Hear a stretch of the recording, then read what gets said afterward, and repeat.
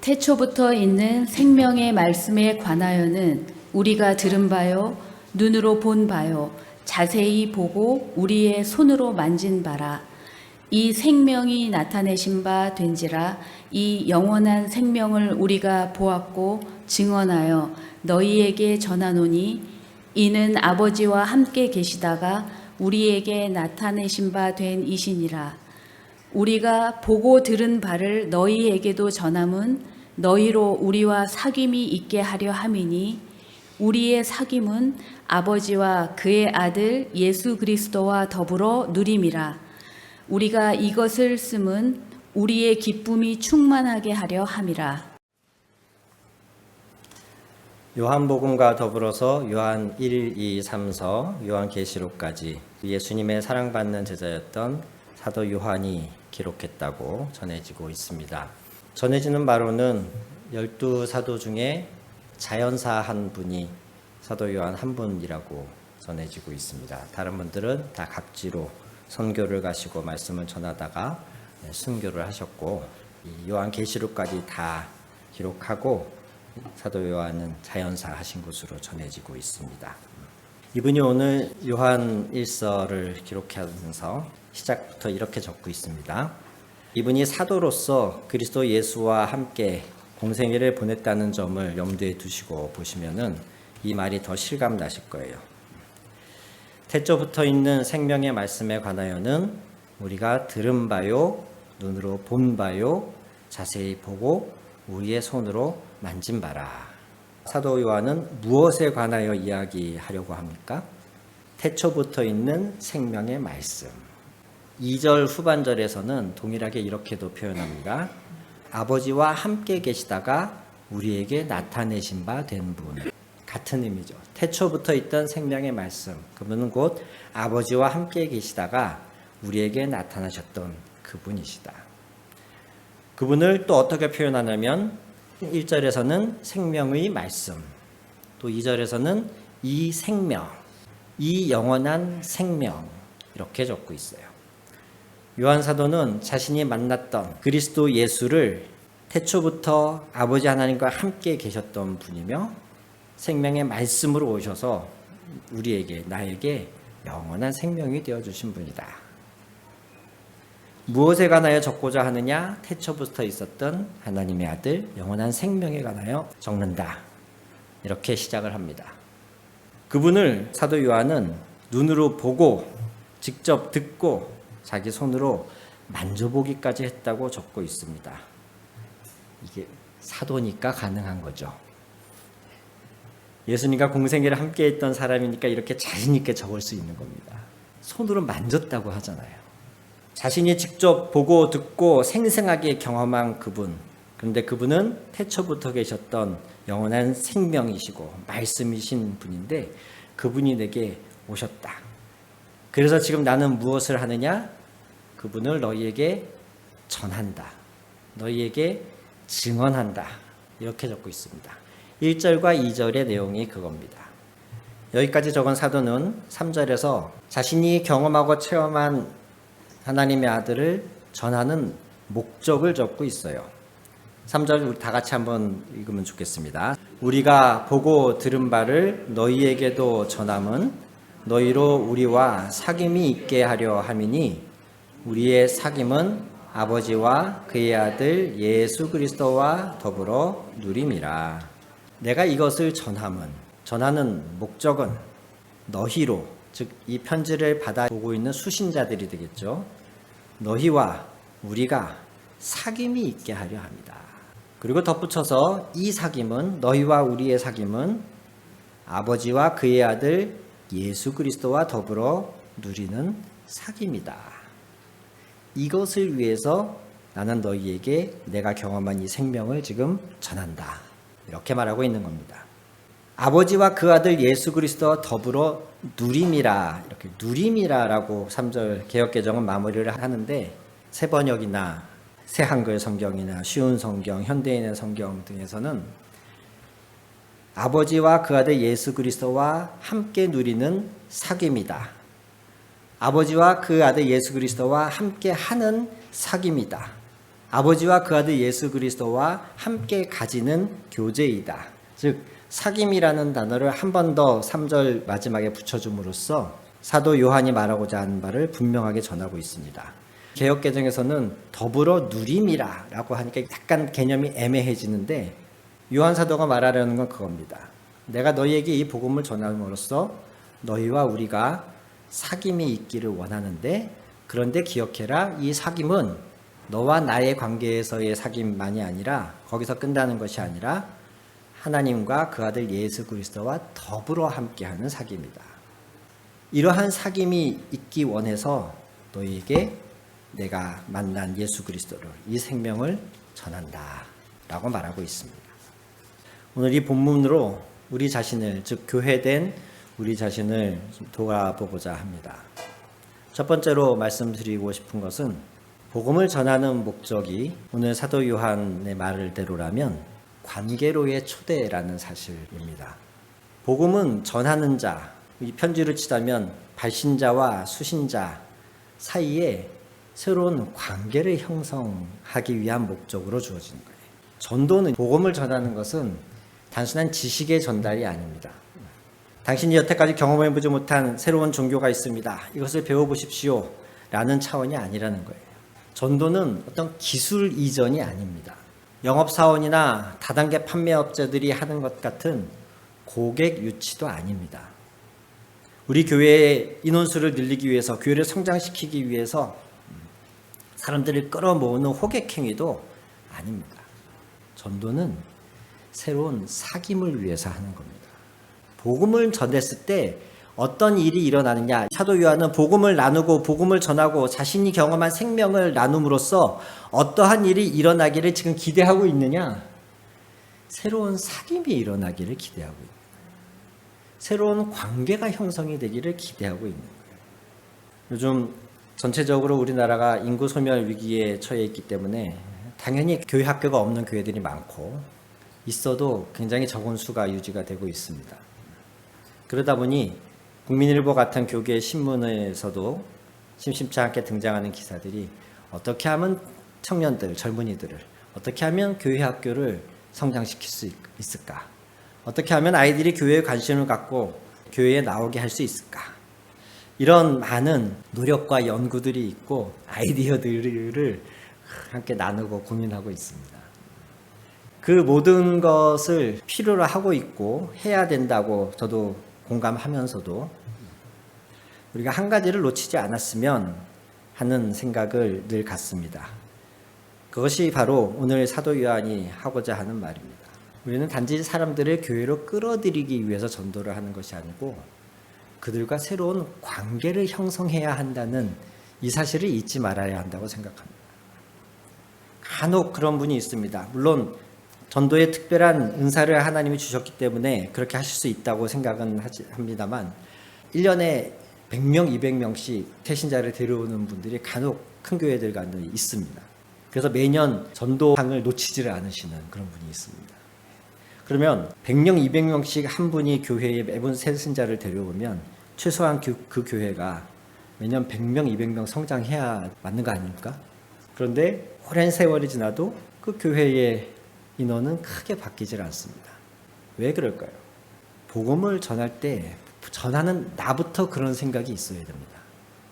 내가 복음을 전하는 것은 이 사람을 우리 교회에 데려와 앉히려고 하는 그런 목적 가지고는 안 된다. 나는 전했어.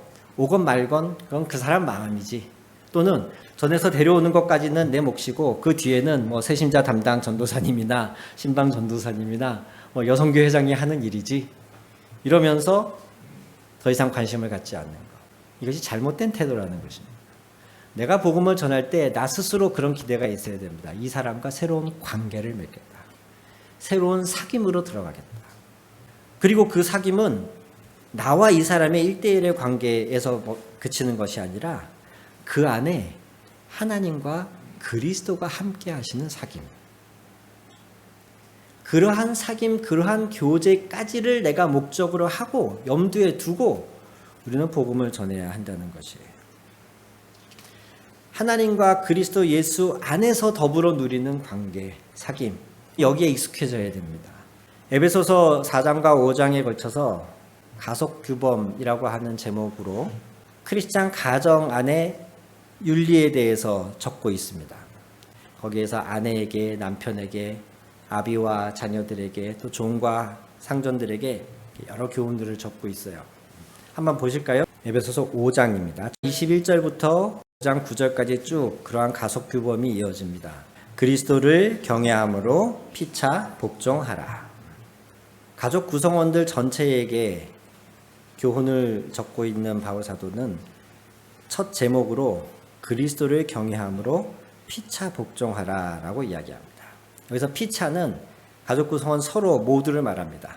아내, 남편, 자녀, 아비, 종, 상전 할 것 없이 모두가 대전제로서 그리스도를 경외함으로 피차 복종하라 이렇게 이야기합니다. 여기서 중요한 대목은 그리스도를 경외함으로가 되겠습니다. 이렇게 시작한 바울 사도는 아내들에게 먼저 이야기합니다. 22절을 보시면 아내들이여 자기 남편에게 복종하기를 주께 하듯 하라. 아내들에게 복종하라고 하니까 참 기분이 불편하고 거시기 하시죠.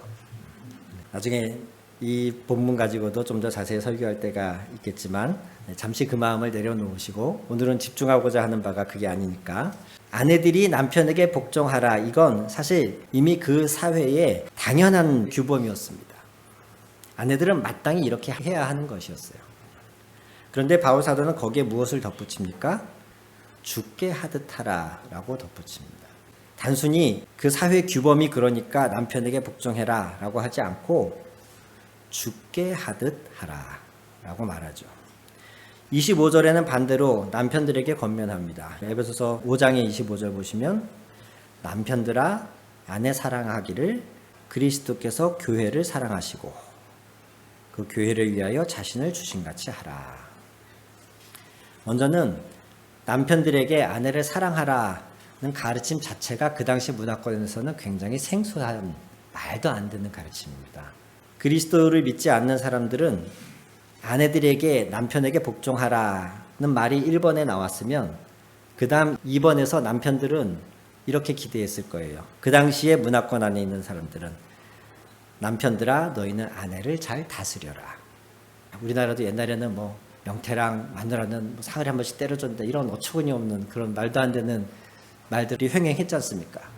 바울 사도 당시에 로마 문화권이 그런 가치관이 팽배했었습니다. 남편에게 있어서 아내는 그저 대를 잇기 위한 방편 정도였어요. 그렇게 생각하고 있던 사람들에게 뜻밖에도 바울은 남편들아 아내를 사랑해라 라고 말하는 거예요. 거기서 그치지 않고 그리스도가 교회를 위하여 자신을 내어준 같이 사랑해라. 그 뒤에 자녀들에게도 말합니다. 너희는 부모에게 순종해라. 그런데 주 안에서 순종해라. 6장 1절이에요. 자녀들아 주 안에서 부모에게 순종해라. 6장 4절에 아비들에게는 말합니다. 아비들아 너희 자녀를 노엽게 하지 말고 오직 주의 교훈과 훈계로 양육하라. 6장 5절은 종들에게 권면합니다. 종들아 두려워 떨며 성실한 마음으로 육체의 상전에게 순종하기를 그리스도께 하듯 하라. 종이 상전에게 순종하는 건 너무나 당연한 일이었죠. 마땅한 일이었습니다. 그런데 단순히 그렇게 말하고 끝나는 것이 아니라 바울 사도는 그리스도께 순종하듯 너희 주인에게 순종해라, 섬겨라 이렇게 말합니다. 그리고 마지막으로 6장 9절에 상전들아 너희도 그들에게 이와 같이 하라. 그들이라고 하면 종들을 말하죠. 너희도 종들에게 이와 같이 하라. 즉 그리스도께 하듯 하라. 왜냐하면 6장 9절 후반절에 그들과 너희의 상전이 하늘에 계시고 그에게는 사람을 외모로 취하는 일이 없기 때문이다. 이게 무슨 말이냐면 하나님은 주님은 사람을 외모로 취하지 않는다. 즉 그의 지위, 학력, 인기, 남자냐 여자냐, 종이냐 하인이냐 하나님은 이런 것으로 너를 판단하지 않는다. 너 또한 너희 위에 상전을 모시고 있는 존재라는 걸 기억하면서 너도 그 상전께 순종하느냐 순종하지 않느냐 하나님은 그것만 보신다. 그러니 너도 그들에게 이와 같이 하라. 여기서 그들은 종들이고 이와 같이 하라는 주께 하듯 하라는 겁니다. 이게 그 당시 가치관에서 말도 안 되는 거죠. 무슨 주인이 종에게 섬기고 종에게 죽게 하듯 합니까? 말이 안 되는 거죠. 그런데 바울 사도는 그렇게 권면해요. 제가 말씀드리려는 모든 핵심은 그겁니다. 어떠한 인간관계 안에서도 핵심은 뭐다? 주님이시다. 그리스도께 하듯, 그리스도 안에서 하듯, 그리스도와 같이 하듯이 하는 것. 복음을 전할 때 우리가 기대해야 될 새로운 일은 그리스도 안에서 우리가 새로운 관계에 들어간다는 것이에요. 그것을 위하여 내가 이 글을 쓰고 있다. 사도 요한은 이렇게 선언하고 있는 겁니다. 그래서 저는 그리스도인들 간의 관계를 저 개인적으로 그런 이미지를 갖고 생각합니다. 2인 삼각이라는 경기 아시죠? 두 사람이 다리 하나를 묶어서 왕복 달리기 같은 걸 하는 걸 2인 삼각이라고 하는데, 그리스도인들에게 있어서는 2인 삼각은 없습니다. 아무리 최소 단위로 쪼개도, 예를 들어 남편과 부인, 부모 자녀의 관계라 할지라도 부부관계라고 해도 그 둘만 있는 게 아닙니다. 거기 누가 계셔요? 누가 계셔요? 주님이 계셔요. 우리는 늘 이걸 의식해야 돼요. 여러분, 남들이 보는 앞에서 부부싸움을 마음 놓고 하십니까? 아이들이 잘못했을 때, 꾸지람할 때도 남들이 보는 앞에서 대놓고 하십니까? 타인의 시선이 있을 때에 우리는 그것을 의식하잖아요. 꼭 좋은 의미의 의식은 아닐지라도 어쨌든 우리는 타인의 시선을 의식하며 삽니다. 하물며 우리의 모든 인간관계 안에, 교인들 간의 관계 안에 우리는 이 관계가 하나님 아버지와 그 아들 그리스도 예수와 더불어 하는 관계라는 사실을 늘 의식하고 인지하고 있어야 된다는 사실이에요. 모든 그리스도인의 관계는 최소가 3인 사각입니다. 2인 삼각은 존재하지 않아요. 그 안에 반드시 주님이 계시기 때문에 우리는 3인 사각이라는 정신으로 살아야 된다는 거예요. 나를 잘 대해주는 사람이라고 해서 홀라당 넘어가시면 안 되고, 혹 간혹 나를 섭섭하게 해주는 사람이라 그래서 그를 끊어내고, 내가 저 사람 보고 교회 댕기나? 내가 주님 보고 교회 댕기지? 이러면서 그 사람과의 관계를 끊어내도 무시해도 아무 문제될 것이 없다라고 생각하시면 오해라는 것입니다. 복음은 단순한 지식 전달이 아닙니다. 복음은 어떤 프로그램을 같이 하는, 또는 어떤 공연에 함께 참여하는 그런 정도의 관계가 아닙니다. 복음을 함께 나눈, 함께 가지고 있는 사람들 안에 그리스도 예수, 하나님 아버지와 더불어 새로운 관계를 형성하게 하는 것이 복음입니다. 한번 돌아보십시오. 복음 덕분에 하나님과 그리스도 예수와 더불어서 새롭고 신선하고 생명이 넘치는 관계가 누려지고 있는지, 사도 요한은 우리에게 그것을 도전하고 있습니다. 나는 너희와 사귐을 위해서 이것을 전한다. 그 사귐은 하나님과 그 아들 예수 그리스도와 함께하는 사귐이다. 두 번째로, 그렇기 때문에 교회는요, 분위기, 풍토가 중요합니다. 교회 예배가 얼마나 시스템이 잘 갖춰져 있고, 특히 요즘은 음악적 요소가 교회에서 중요하기 때문에 얼마나 악기와 장비의 수준이 좋으냐, 연주자들의 퀄리티가 좋으냐, 이런 것들도 물론 중요하죠. 교회에 어떤 다양한 프로그램이 있어서 노년들을 위한 또는 장년들을 위한, 교회학교 아이들을 위한 그런 프로그램들이 잘 운영이 되고 있느냐, 이것도 매우 중요하고요. 얼마나 전도를 위해서 다양한 방법의 그 전도 프로그램들이 돌아가고 있느냐, 그것도 중요합니다. 과거에 제가 한 20여 년 목회하면서 겪은 프로그램이나 이런 것들만 해도 1:1 제자 양육, 5.2코스 관계전도, 두날개 컨퍼런스, G12, NCD 자연적 교회 성장, 교회 성장 연구소 세미나, 진돗개 전도, 알파 코스, 무슨 바나바 시스템, 엄청나게 많은 것들을 교회들이 활용합니다. 그것들 다 중요하고 적절하게 쓰였을 때에 분명히 하나님의 도구로 사용받는 줄 믿습니다. 그런데 오늘 이 사도 요한의 복음은 곧 새로운 사귐이다. 그것도 하나님과 그리스도 안에서의 사귐이다 라는 말씀의 근거에서 볼 때에 그러한 프로그램보다 더 중요한 것은요, 우리 교인들 간의 분위기예요. 우리 교인들 안에 어떤 풍토예요. 예를 들면 이런 겁니다. 오래전에 봤던 한 미국에서 발행된 잡지의 기사였는데 크리스천 잡지에 대학가의 근처에 있는 한 교회가 어떻게 하면 이 젊은이들을 교회로 인도할 수 있을까를 고민하면서 나름 이런저런 프로그램을 하고 활동을 했다고 합니다. 그런데 어느 날 거룩한 주일 대예배 시간에 그 당시에는 히피라고 하는 머리 이렇게 막 길게 기르고 그 집시 비슷한 느낌으로 청바지 뚫어진 거 입고서 며칠 전에 씻었는지도 알 수 없는 그런 모습으로 한 대학생이 예배가 이미 시작됐는데 예배실에 들어온 거예요. 그리고서 앉을 자리를 찾으려고 이렇게 조금씩 걸어가면서 앉을 자리를 이렇게 두리번 찾는데 자리가 없어요. 사람들이 꽉 차가지고. 결국 그 젊은이가 어떻게 했냐면 자리를 찾아서 쭉 들어오다가 없으니까 강대상 앞에 바닥에 통로에 주저앉은 거예요. 그냥 양반다리를 하고 이렇게 앉아서 그냥 물끄러미 예배를 드리고 있는 거죠. 순간 그 교회 안의 분위기가 어땠겠습니까? 사람들이 어쩔 줄 몰랐겠죠. 쟤를 끌어내야 돼, 말아야 돼. 끌어내면은 어느 타이밍에 끌어내야 돼, 누가 가야 돼, 막 나라도 가야 되나, 막 이러면서 사람들이 아마 예배에 집중하지 못하고 안절부절 못하고 있었을 거예요. 그런데 그때 한 백발의 신사가 자리에서 일어나더니 터벅터벅 조용히 걸어오셔서 그냥 그 청년 옆에 같이 앉았어요. 그리고 예배를 끝까지 드린 겁니다. 사람들도 그 노신사가 청년 옆에 털썩 주저앉으니까 왠지 모를 안도감들을 느끼면서 다시 예배에 집중할 수 있었다는 거죠. 이것이 무엇을 말해줍니까? 그 노신사의 별거 아닌 것 같은 행동이 이런 메시지를 주고 있는 거예요. 괜찮아. 이렇게라도 예배하는 게 어디니? 우리는 너를 환영해. 너 혼자 있는 게 뻘쭘할까 봐 내가 같이 왔어. 아무 말도 하지 않았지만 그 노신사의 행동 하나가 그 한 영혼을 어떻게 보면 그 교회와 전혀 어울리지 않는 그 영혼을 거부감을 느꼈을 수도 있을 그 사람을 있는 그대로 수용하고 받아들여 준다는 메시지를 준 거예요. 이건 프로그램이 아닙니다.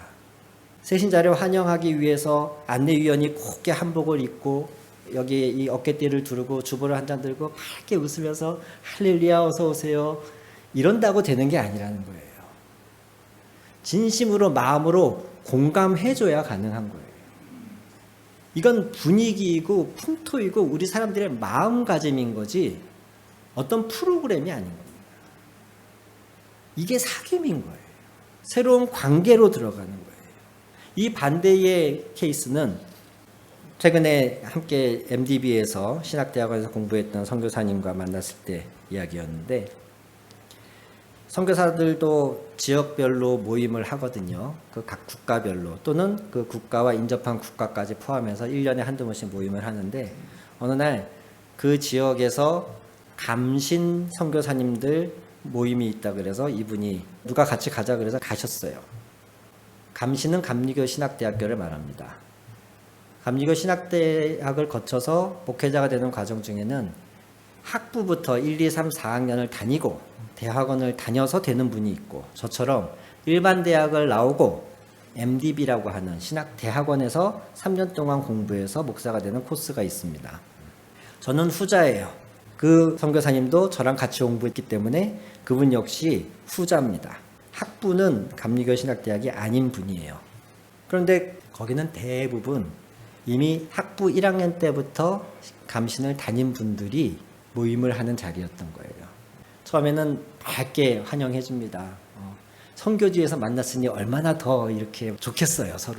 우리 외국에 나가면 다 애국자가 된다고 하잖아요. 한국인만 봐도 반가운데. 선교지에서 복음을 들고 땅끝까지 가오리다. 이런 각오로 나온 선교사들끼리 만났으니 얼마나 좋았겠습니까? 그런데 시간이 지나면서 점점 사람들이 서로 묻기 시작하는 겁니다. 그런데 몇 기세요? 학번이 어떻게 되세요? 그러면 네, 저는 감신 몇 학번입니다. 이렇게 하면 그럼 거기 누구 아세요? 이러면서 서로 말이 트이기 시작하고 한 다리 두 다리만 건너면 다 서로 아는 사람들이 되는 거예요.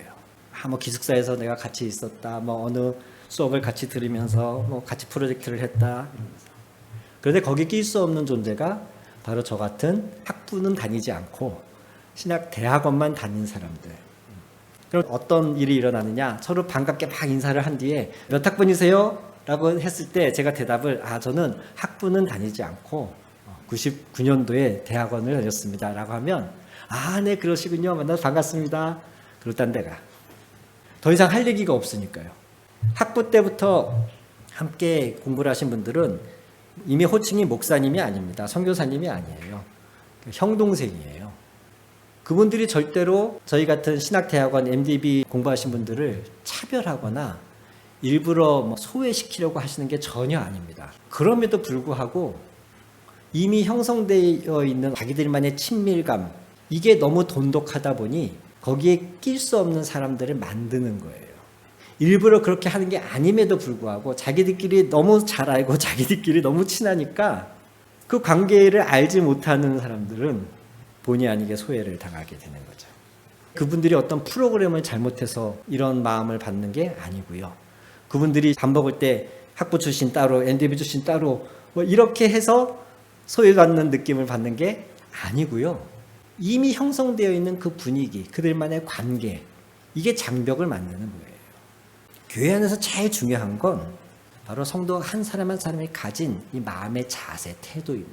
결국 그게 모인 분위기, 이 교회의 풍토가 우리 교회로 하여금 사람들이 언제든 와도 환영받고 언제든 와서 이 안에서 하나님을 경험할 수 있는 그런 교회가 되게 하느냐, 아니면 아무리 화려하고 다양한 프로그램을 돌리고 전도 사업을 해도 사람들이 왔다가 오기는 많이 와요. 근데 왔다가 이거 좀 아닌데, 이거 좀 뭔가 이상한데, 이런 느낌을 받고 돌아가게 하느냐.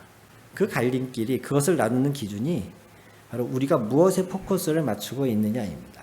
복음을 통해서 이 사람들과, 그것도 하나님과 그리스도와 더불어 사귐을 내가 기대하는가, 아니면 어떤 다른 목적으로 하는가.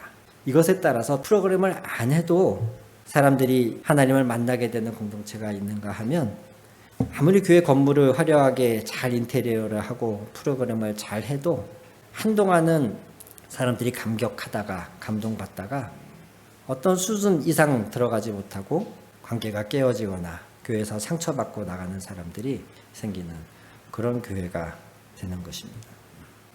오늘 사도 요한이 우리에게 주고자 하는 이 말씀이 곧 하나님께서 하시는 말씀이라고 믿습니다. 복음은 새로운 관계로의 초대입니다. 복음은 하나님과 더불어서 우리가 새로운 관계를 형성해 가는 것입니다. 눈에 보이는 사역보다, 무엇을 하느냐 하지 않느냐보다 우리 마음가짐이 바로 이 만남과 사귐에 더 포커스를 맞추기를 원합니다. 교회의 사역이나 사업, 프로그램은요, 이러한 풍토 가운데에 우리가 서로의 사귐이 그리스도 안에서 풍성해지다 보면 우리의 마음 안에 소원하는 바가 생깁니다. 성령님은 우리가 모여서 우리끼리 잘 먹고 잘 살기만을 바라지 않으시거든요.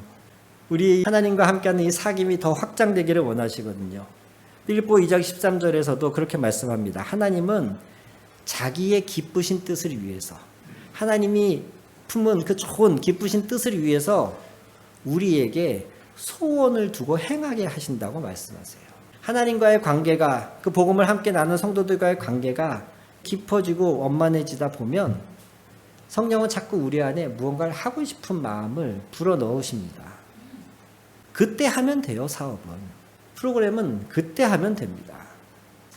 오늘 우리 자신을 돌아보면서 나는 우리 교회 공동체 안에서 과연 이러한 하나님과의 사귐을 경험하고 있는가, 또는 내가 누군가에게 그런 하나님을 알아갈 수 있도록 해주는 그런 사귐의 통로가 되고 있는가. 우리 공동체는 사역뿐 아니라 관계를 우선시하면서 함께 연결되어 자라가고 있는가 돌아보시고 나 자신을, 우리 교회를 위해서 기도할 수 있는 저와 여러분 되기를 간절히 소망합니다. 기도하시겠습니다.